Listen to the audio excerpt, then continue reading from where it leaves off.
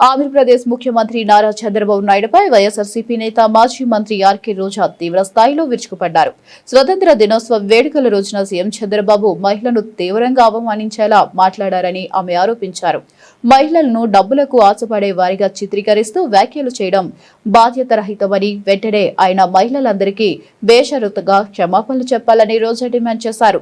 చంద్రబాబును ఒక dirty politician అని గతంలో కేసీఆర్ సరైన సమయాన్నే వర్ణించారని గుర్తు చేశారు. ఓస్మా బిన్ లాడెన్ ప్రపంచ శాంతి గురించి మాట్లాడితే ఎలా ఉంటుందో చంద్రబాబు నీతి వ్యాఖ్యలు చెబితే కూడా అలాగే ఉంటుందని ఎద్దేవా చేశారు. చంద్రబాబు నాయుడు మహిళల్ని అవమానించాడు.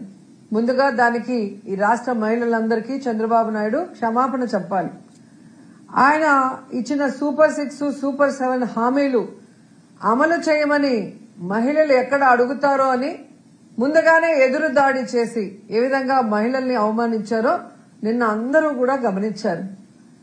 పల్లె వెలుగు బస్సులో స్టార్ట్ చేసి 1 ఇయర్ అయిందని జెండా పండుగ రోజు జెండాను ఎగరవేసి ఆ పల్లె వెలుగు బస్సులో మహిళల్ని ఎక్కించుకొని కట్ట దగ్గర ఉన్న తన ఇంటికి తీసుకువెళ్లి భోజనాలు పెడతానన్న పేరుతో ఏ విధంగా అవమానించి వాళ్ళ ఆత్మస్థైర్యాన్ని దెబ్బతీశాడో టీవీల సాక్షిగా ఈ రాష్ట్రంలో ఉన్న మహిళలందరూ కూడా గమనించారు.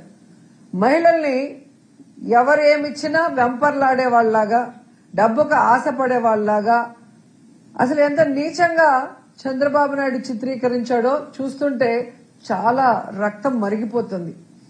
ఈరోజు చంద్రబాబు లాంటి డర్టీ పాలిటీషియన్ ఈ దేశంలోనే ఇంకొకరు లేరు అని కేసీఆర్ గారు చెప్పినప్పుడు కొంతమందికి అర్థం కాలేదు. కానీ ఈ రోజు పూర్తిగా అర్థమైంది. చంద్రబాబు నాయుడు లాంటి dirty politician one and only Chandrababu Naidu చేయటంలో ఆయన చెప్పిన వ్యాఖ్యలు ఏంటి తెలుసా?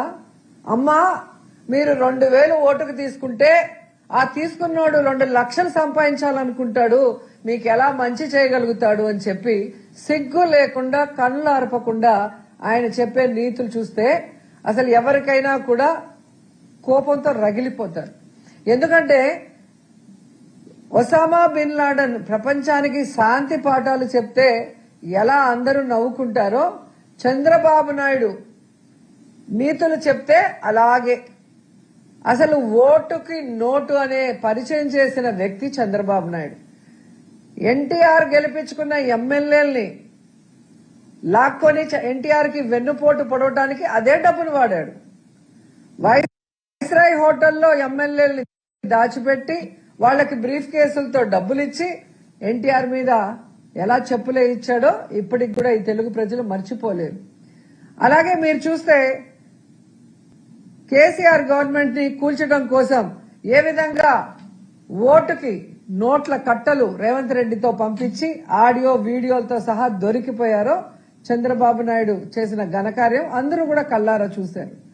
సో ఈ రాష్ట్రంలో డబ్బుతో వ్యవస్థల్ని మేనేజ్ చేయటం, సొంత తండ్రి లాంటి మామను వెన్నుపోటు పొడటానికి అదే డబ్బులు వాడటం, ప్రజల్ని మోసం చేసి తాను అధికారంలో రావడానికి అదే డబ్బులు వాడటం, అలాగే తాను చెప్పిన హామీలు నెరవేర్చినట్లు చూపించడానికి పచ్చ ఛానళ్లకి అదే డబ్బులు ఇచ్చి మేనేజ్ చేసుకోవటం,